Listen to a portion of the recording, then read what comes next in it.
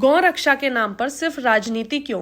कांग्रेस ने सीधा राष्ट्रपति से कर दी बड़ी मांग। मुजफ्फरनगर में गौ रक्षा और उससे जुड़े सामाजिक एवं राजनीतिक मुद्दों को लेकर सोमवार को कांग्रेस पार्टी ने कलेक्ट्रेट परिसर में जोरदार प्रदर्शन किया। पार्टी कार्यकर्ताओं ने गाय को राष्ट्रीय पशु घोषित करने की मांग को लेकर नारेबाजी करते हुए केंद्र और राज्य सरकारों की नीतियों पर सवाल उठाए। प्रदर्शन के दौरान बड़ी संख्या में कांग्रेस कार्यकर्ता मौजूद रहे, जिससे कलेक्ट्रेट परिसर में राजनीतिक माहौल गर्म हो गया।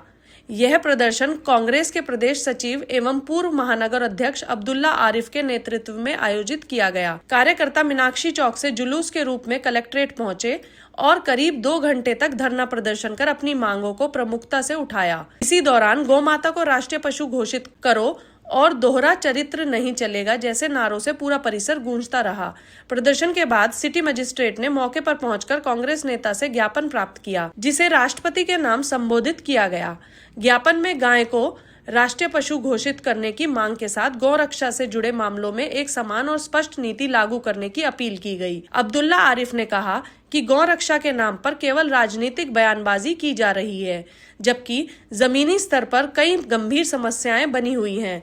उन्होंने आरोप लगाया कि मीट निर्यात, गौ तस्करी और गौ संरक्षण से जुड़े मामलों में सरकार का रवैया विरोधाभासी दिखाई देता है। उन्होंने कथित मॉब लीचिंग और गौ तस्करी के आरोपों में होने वाली घटनाओं पर भी चिंता जताते हुए सरकार से निष्पक्ष और प्रभावी कार्रवाई की मांग की। कांग्रेस नेता का कहना है कि गाय को राष्ट्रीय पशु का दर्जा मिलने से गौ रक्षा से जुड़े मामलों में स्पष्टता आएगी और विवादों में कमी हो सकती है। प्रदर्शन के दौरान कानून व्यवस्था बनाए रखने के लिए पुलिस प्रशासन ने सुरक्षा के व्यापक इंतजाम किए।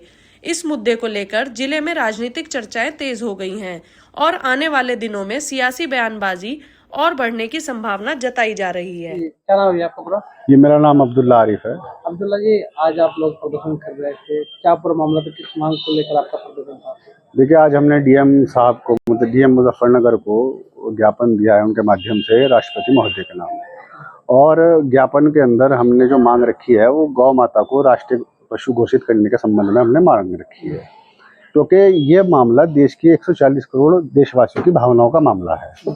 इससे हिंदू, मुस्लिम, सिख, ईसाई सभी लोग इस मांग को एकजुट होकर के उठाने का काम कर रहे हैं, क्योंकि गौ रक्षा के नाम पर जो लिंचिंग होती है, जो घटनाओं को अंजाम दिया जाता है, उसमें कोई शरीफ आदमी नहीं होता।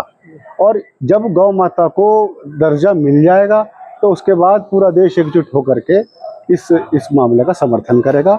और हमारे जो उलेमाए हैं, उलेमाए कराम हैं, मदनी साहब, उन्होंने भी अभी 4 दिन पहले इस बात का ऐलान किया कि गौ माता को राष्ट्रीय पशु का दर्जा दिया जाए। क्योंकि देखिए, भारतीय जनता पार्टी एक दोहरी राजनीति का काम करती है।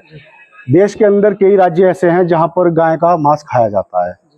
70 देशों से ऊपर 70-72 देश ऐसे हैं जहां पर भारत निर्यात करता है। और 11 लाख टन के करीब भैंस का मांस निर्यात करता है, 5 लाख टन के करीब गाय का मांस निर्यात करता है। ये सब क्या है? आप देश के अंदर गौ रक्षा की बात करते हैं, गौ माता की बात करते हैं, लेकिन एक तरीके से जो आपने एक्सपोर्टर्स को, उद्योगपतियों के हाथ गौ माता की हत्या कराने का काम कर रखा है, हम उसे जन जन तक पहुंचाने का काम करेंगे। और आज इसी क्रम में जो हमने आज ज्ञापन दिया है ना, इसीलिए दिया है कि देश के लोगों को, राज्य के लोगों को ये पता चल सके कि भारतीय जनता पार्टी गौ रक्षा की बात करती है, लेकिन सबसे ज्यादा गौ हत्याएं उन्हीं के आदमियों के द्वारा हो रही हैं।